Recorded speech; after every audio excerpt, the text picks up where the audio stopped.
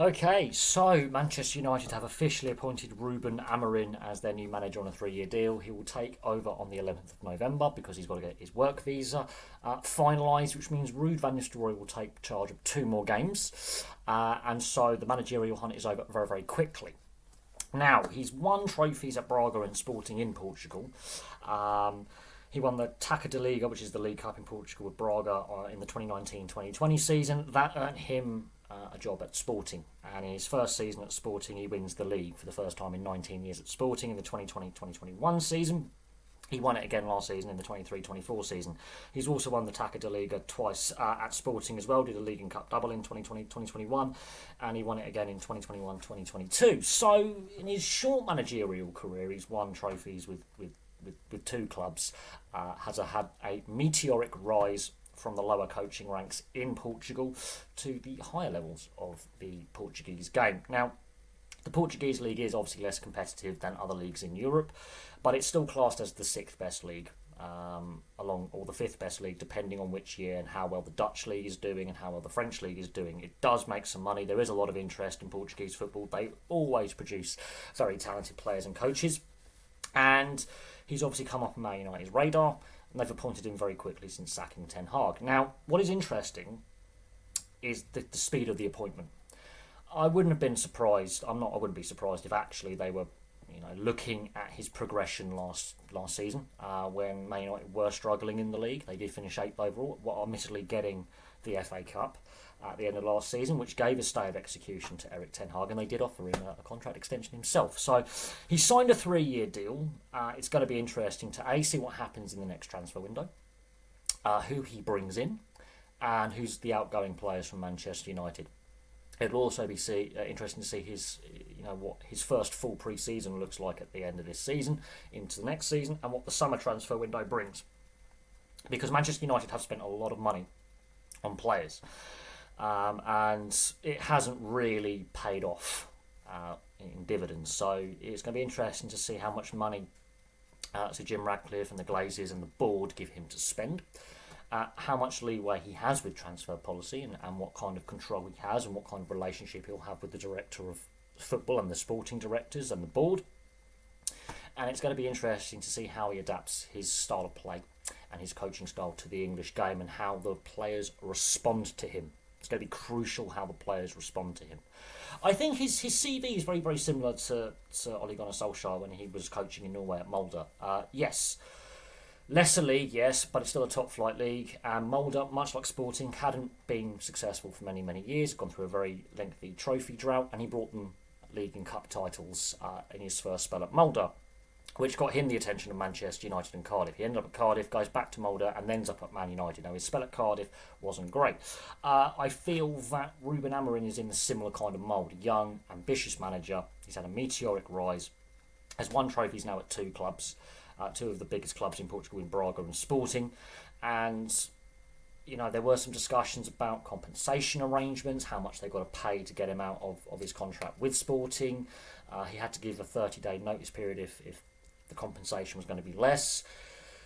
He wanted to go straight away and get the deal concluded. Sporting was saying, well, that's going to up the get-out clause of his contract. So Man United have got to pay Ten Hag around 17 million to go away, and they've got to pay, I think, around somewhere between 10 and 15 million to get Ruben Amorim in. So they're spending a lot of money on managers. And you look at it, and every manager, permanent manager, since Fergie, either won trophies before they came to Man United, or in David Moyes' case, won trophies after leaving Man United. And they've been successful elsewhere, but at Man United, yes, there's been silverware coming in with Mourinho and Van Gaal and Ten Hag, but the league has eluded them. One European trophy and one other European final in that spell, and they haven't really set the world on fire and been very, very inconsistent and all over the place with their league finishes. Last season was the lowest point that the club has had for a league finish in over 3 to nearly 4 decades. So there's a lot of confused thinking at board level. There's a lot of issues in the boardroom with Sir Jim Ratcliffe slowly taking over the club from the Glazers. And there's a lot of muddled thinking because Ten Hag was given a contract extension. He's out the door.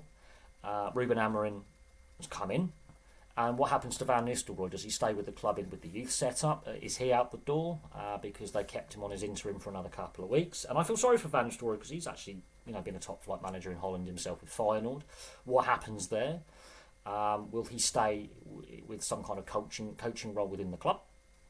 And it's going to be interesting to see how the players respond, and who's going to be in the transfer window, who's going to be out, and then what happens in the summer. But in order for Ruben Amorim, much like the others before him, to be successful, the youth system needs to up its game. There needs to be more investment in the youth academy, because all the successful Man United sides, even before Fergie, had a good core of players that were developed in-house. Other players were added to assist with that core of youth talent coming through. The Busby Babes, the Class of 92, for example. They were very good at not only looking at the local talent, but also bringing talent in from outside in.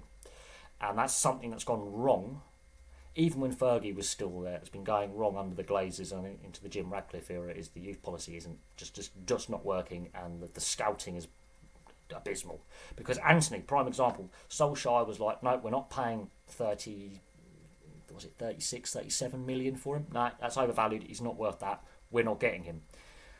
Solskjaer gets sacked. Ten Hag comes in after Ralf Rangnick, and Ten Hag pays over double what Solskjaer refused to pay for the same player who's been, quite frankly, abysmal. And that is the muddled thinking of this club. They've scouted the player. Yes, one manager goes, no, he won't fit in with this side. It won't work. He's not worth that money. The next manager, on a full-time basis, goes, we'll have him. We'll pay whatever.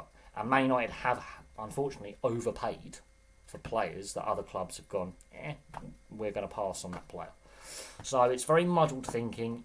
I don't like seeing managers sacked. I think it's become now merry-go-round circus, but he's a young manager, he's ambitious. Is this the right move for him? Because I think Ruben Amorim will have success in his managerial career. Will he have success with Man United? That's another thing. Will he continue what he's done at Sporting and Braga? Because he did turn Sporting around, let's not kid ourselves. It'd been 19 years without a league title, he wins them too. And he's fondly remembered at the club. The club, I think the fan base is going to be disappointed he's gone. And I think, Sporting may suffer as a result as a club going forward, because he's turned the fortunes of that club around, winning 4 trophies in 4 years.